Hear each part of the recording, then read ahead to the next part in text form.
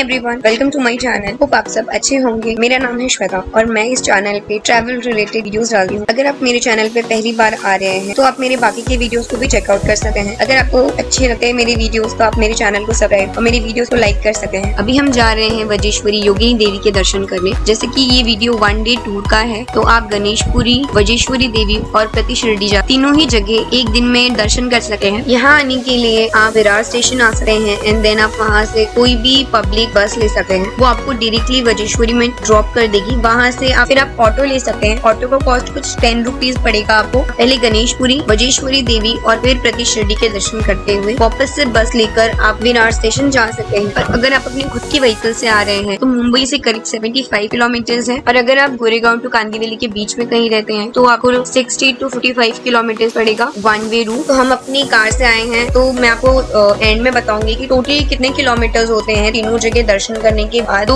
हमने गणेशपुरी और प्रति शिरडी कवर कर लिया है। ये हमारा पार्ट 3 है। अगर आपको वजेश्वरी कुंड में स्नान करना है तो आप पहले वजेश्वरी देवी के दर्शन करके फिर आप कुंड में जा सकते हैं, क्योंकि कुंड मंदिर से करीब 2 किलोमीटर की दूरी पर है। तो अब बात करते हैं मंदिर की हिस्ट्री के बारे में। पहले हम इस जगह के बारे में बात करेंगे। पहले इस जगह को वडवली कहा जाता है और पुराणों में मेंशन है कि यहाँ पे प्रभु श्री राम और श्री परशुराम जो कि विष्णु अवतार वो यहाँ पर आ चुके हैं। एक बार एक राक्षस हुआ करता था जिसका नाम था कालिकर। उसने देवों को और ऋषियों को काफी परेशान करके रखा था। देव उससे इतने परेशान हो गए थे कि उन्होंने डिसाइड किया कि वो जाकर ऋषि वशिष्ठ से कहेंगे कि वो उनकी हेल्प करें। और हमारे पुराणों में मेंशन है कि ऋषि वशिष्ठ यहीं आकर उन्होंने यज्ञ किया था माँ वजेश्वरी के नाम का, जिसमें उन्होंने सभी देवों के नाम की आहुति डालने का सोचा था। पर उनसे देवों के सबसे प्रथम देव जिनका नाम है इंद्रदेव, उनके नाम की आहुति देना वो भूल गए और इस बात से क्रोधित होकर इंद्रदेव ने अपना वज्र ऋषियों की ओर फेंका, जिससे सभी देव और ऋषि भयभीत हो गए और देवी माँ को पुकारने लगे उन्हें बचाने के लिए। और तभी माँ प्रकट हुई और उन्होंने इंद्र का वज्र अपने जबड़े में समा लिया और सभी देवों और ऋषियों को बचा लिया इन वज्र से। इसीलिए उनका नाम पड़ा वजेश्वरी देवी। और फिर बाद में उन्होंने उस राक्षस का भी वध किया। इसके बाद ऋषियों ने देवी माँ से आग्रह किया कि जिस तरह उन्होंने उनकी रक्षा की उसी तरह इस जगह पर स्थापित होकर वो यहाँ के लोगों की भी रक्षा करें। माँ ने ऋषियों के आग्रह को स्वीकार किया और सदैव के लिए इस मंदिर में बस गईं।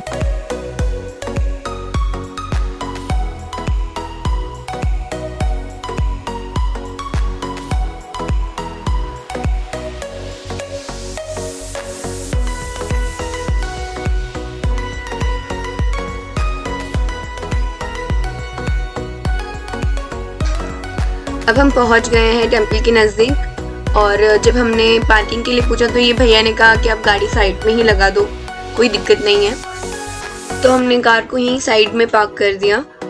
अब चलते हैं मंदिर की तरफ। मंदिर की तरफ जब आगे आएंगे ना तो आपको यहाँ पे पे एंड पार्क भी मिल जाएगा, तो आप वहाँ पर भी पार्क कर सकते हैं इनकेस आप खुद की व्हीकल से आए हैं तो। और ये है माता वजेश्वरी का मंदिर जो पहाड़ी पर स्थित है। टेम्पल में ऊपर जाने के लिए कुल करीब 52 सीढ़ियां हैं, जिन्हें चढ़कर आप अंदर मंदिर में जा सकते हैं। तो चलते हैं। माता अपने इस भव्य मंदिर में 3 रूपों में विराजमान है। जैसे कि लोग अपने घर में धन, अपने कार्यों को बढ़ाने के लिए माँ लक्ष्मी को पूजते हैं, अपने ज्ञान को बढ़ाने के लिए माँ सरस्वती को, और तंत्र विद्या के ज्ञान के लिए या अंधश्रद्धा में लीन होकर माँ कालिका को पूजते हैं। और ये तीनों गुणों से परिपूर्ण माँ वजेश्वरी देवी, जिनकी लोग तीनों गुणों के लिए आराधना करते हैं, उनका ये भव्य टेम्पल जहाँ पर वो तीनों रूपों में स्थित है। उसी तरह इस मंदिर में महालक्ष्मी, महाकाली और महासरस्वती माँ 3 रूपों में विराजमान है। माँ रेणुका, माँ कालिका और माँ वजेश्वरी, जो आपके दुख तकलीफ को हरती हैं और आपकी मनोकामनाओं को पूर्ण करती हैं। यहाँ के बारे में बहुत ही स्पेशल बात यह है कि अगर आपको यहाँ पर अपनी कोई मनोकामना है या आपके मन में कोई डाउट है किसी चीज़ को लेकर और वो आप आकर यहाँ पर माँ को बताते हैं, तो अगर उन्हें आपको कोई बात कन्वे करनी है तो माँ स्वयं आपको आपके सपने में आकर दर्शन देंगी, आपको आपके दुखों से उभरने का उपाय बताएंगी। ऐसी इस मंदिर की मान्यताएं हैं और इसी से जुड़ी हुई है इस भव्य टेम्पल के निर्माण की कहानी। इस मंदिर के निर्माण की कहानी कुछ इस तरह है कि पहले यहाँ पर एक छोटा सा मंदिर हुआ करता था और यहाँ रहने वाले लोगों की काफ़ी इच्छा थी कि माता का मंदिर एक भव्य मंदिर में तब्दील हो। पर इसका योग इस तरह बना कि यहाँ से करीब 22 से 23 किलोमीटर दूर वसई का किला है, जिस पर मराठा सैनिक कई बार से आक्रमण कर रहे थे, पर फिर भी वो हार जा रहे थे और ऐसा चलता रहा। काफ़ी टाइम बाद चिमाजी अप्पा, जो पेशवा बाजीराव वन के यंगर ब्रदर थे, वो पेशवा बने और उन्होंने डिसाइड किया कि वसई का किला उन्हें किसी भी हाल में कॉन्कर करना है। और इन 1734 में वो पुणे से निकल गए वसई के फोर्ट को कॉन्कर करने के लिए और फिर थाने अंजुर घराना में वो रुके। वहाँ पर उन्होंने डिसाइड किया कि किस तरह फोर्ट पे कॉन्कर करना है। एंड यहाँ से जाते वक्त यहाँ पर पहले पूरा जंगल हुआ करता था और उन्होंने डिसाइड किया कि तंसा नदी के पास वो यहाँ रुकेंगे और यहाँ से कॉन्कर करने जाएंगे। और जब वो यहाँ पर रुके तो उन्हें इस मंदिर के बारे में पता चला। चिमाजी अप्पा काफ़ी धार्मिक थे और उनका बिलीव था कि अगर वो देवी से कुछ मांगेंगे तो उन्हें ज़रूर मिलेगा। इसके लिए वो यहाँ पर दर्शन करने आए और जब उन्होंने यहाँ पे दर्शन किया और मन में ही ऐसी मन्नत की उन्होंने कि अगर वो वसई के फोर्ट को कॉन्कर कर लेते हैं, माता के मंदिर को वैसा ही भव्य बनाएंगे जैसा कि वसई का किला है।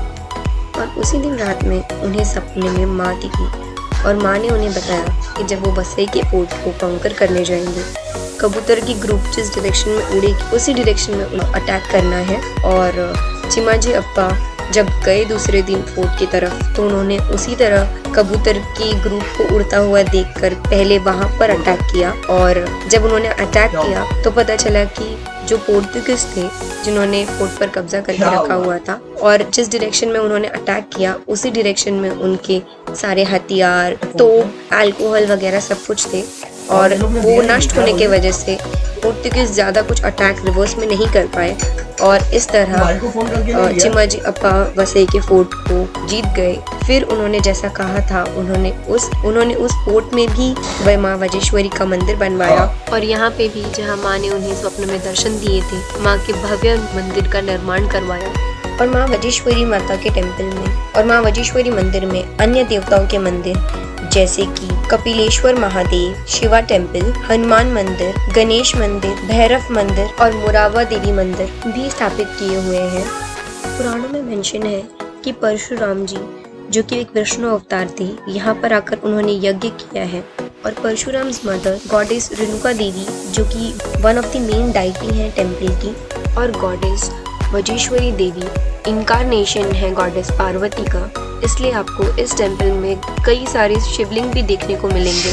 माता वजेश्वरी योगिनी देवी का जो ओल्ड टेम्पल हुआ करता था वो विलेज कुंजकाटी में हुआ करता था और पोर्चुगीज के कारण उसे यहाँ पर माइग्रेट किया गया। तो this is all about the temple. Vajreshwari के इस रीजन में आपको plenty of natural hot spring मिलेंगे और उन पिलग्रिम बाथ को यहाँ पर लोकली कुंड कहा जाता है। यहाँ से करीब 1.5-2 किलोमीटर है कुंड को।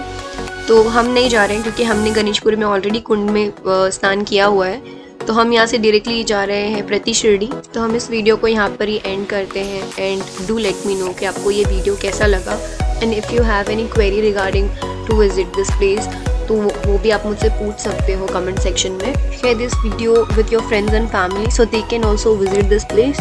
Do watch my next video of Prati Shirdi.